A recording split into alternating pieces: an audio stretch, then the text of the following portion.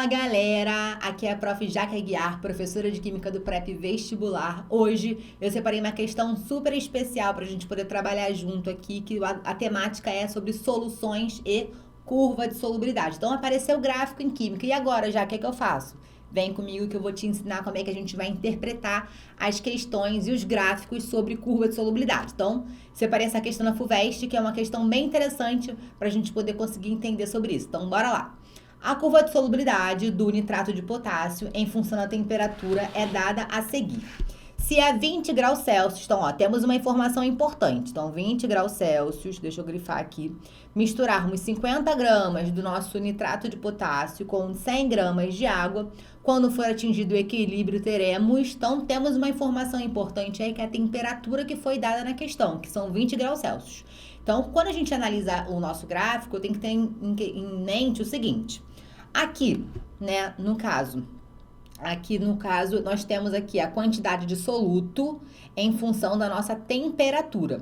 Então, tá vendo que tem esse grama em a cada 100 gramas de água? Então, é a quantidade de soluto, né, que nós vamos analisar aqui no gráfico, em a cada 100 gramas de água, considerando que o soluto é o que nós temos que vai ser adicionado ao nosso solvente para poder formar, então, a nossa solução. Então, bora lá.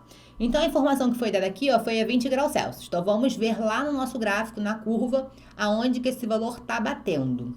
Então, 20 graus Celsius está aqui, Então, está batendo aqui, basicamente em 35. Então, qual que é a leitura que eu faço aqui no gráfico? Então, o que esse 35 está me indicando? É o que a gente chama de coeficiente de solubilidade. Então, vou botar isso aqui, coeficiente de solubilidade são 35 gramas, porque é o valor que a gente analisou aqui na curva, em a cada 100 gramas de água. O que significa isso, Jaque? Presta atenção.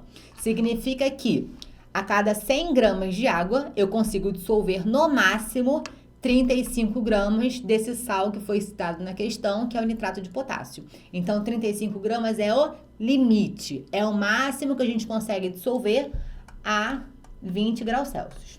Só que a questão está me dizendo que a gente adicionou aqui, 50 gramas. Então, adicionou-se 50 gramas do nosso salzinho lá, que é o nitrato de potássio. Então, vamos pensar junto aqui. Bem, se o meu limite é 35 gramas e eu adicionei 50 gramas, eu vou conseguir dissolver 50 gramas? Não, porque o meu limite é 35 gramas. Então, o que vai acontecer aqui? Bem, se eu adicionei 50 gramas, eu só vou conseguir dissolver 35. Então, 50 gramas menos 35 gramas, porque é o máximo que eu consigo dissolver. Então, quando eu subtrair isso aqui, deu 15 gramas que não foram dissolvidos. Esses 15 gramas que não foram dissolvidos, a gente chama de precipitado, ou corpo de fundo. Pitado, ou corpo de fundo. O que significa isso? Nós temos lá a nossa solução, uma parte dela foi dissolvida, que foram 35 gramas no caso, e os outros 15 gramas, que não foram dissolvidos, vai ficar aqui no fundo, 15 gramas que não foram dissolvidos, beleza? Então, a gente chama essa solução aqui que foi formada de uma solução saturada com corpo de fundo. Então, solução saturada com corpo de fundo ou com precipitado, tá bom? As duas palavras identificam que eu tenho uma parte que não foi dissolvida. Então, vamos ver aqui agora as opções que nós temos. Bora lá. É um sistema homogêneo? Não. Se fosse um sistema homogêneo, nós teríamos apenas uma única fase, né? Então, aqui eu consigo ver que tem uma fase sólida e uma fase líquida. Então, na verdade, esse sistema ele é um sistema heterogêneo. De cara aí, a gente já assinala a nossa opção correta, que é a letra B. Só para a gente poder analisar as outras opções aqui e ir descartando, né? E eu vou explicar para vocês o porquê que não poderia ser. Apenas uma solução insaturada, não pode ser insaturada por quê?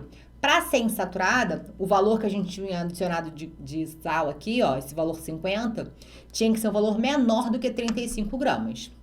Solução saturada seria se a quantidade de sal adicionado fosse exatamente igual a 35, que é o meu limite. Uma solução supersaturada só vai ser formada quando eu tiver uma variação da temperatura. Como a temperatura foi a mesma do início e do final, então por isso que ela não pode ser supersaturada. Então, espero que você tenha entendido. Caso tenha alguma dúvida, Temos lives todas as semanas aqui no Prep Vestibular, então vem ser Prep você também rumo à sua aprovação. Te esperem.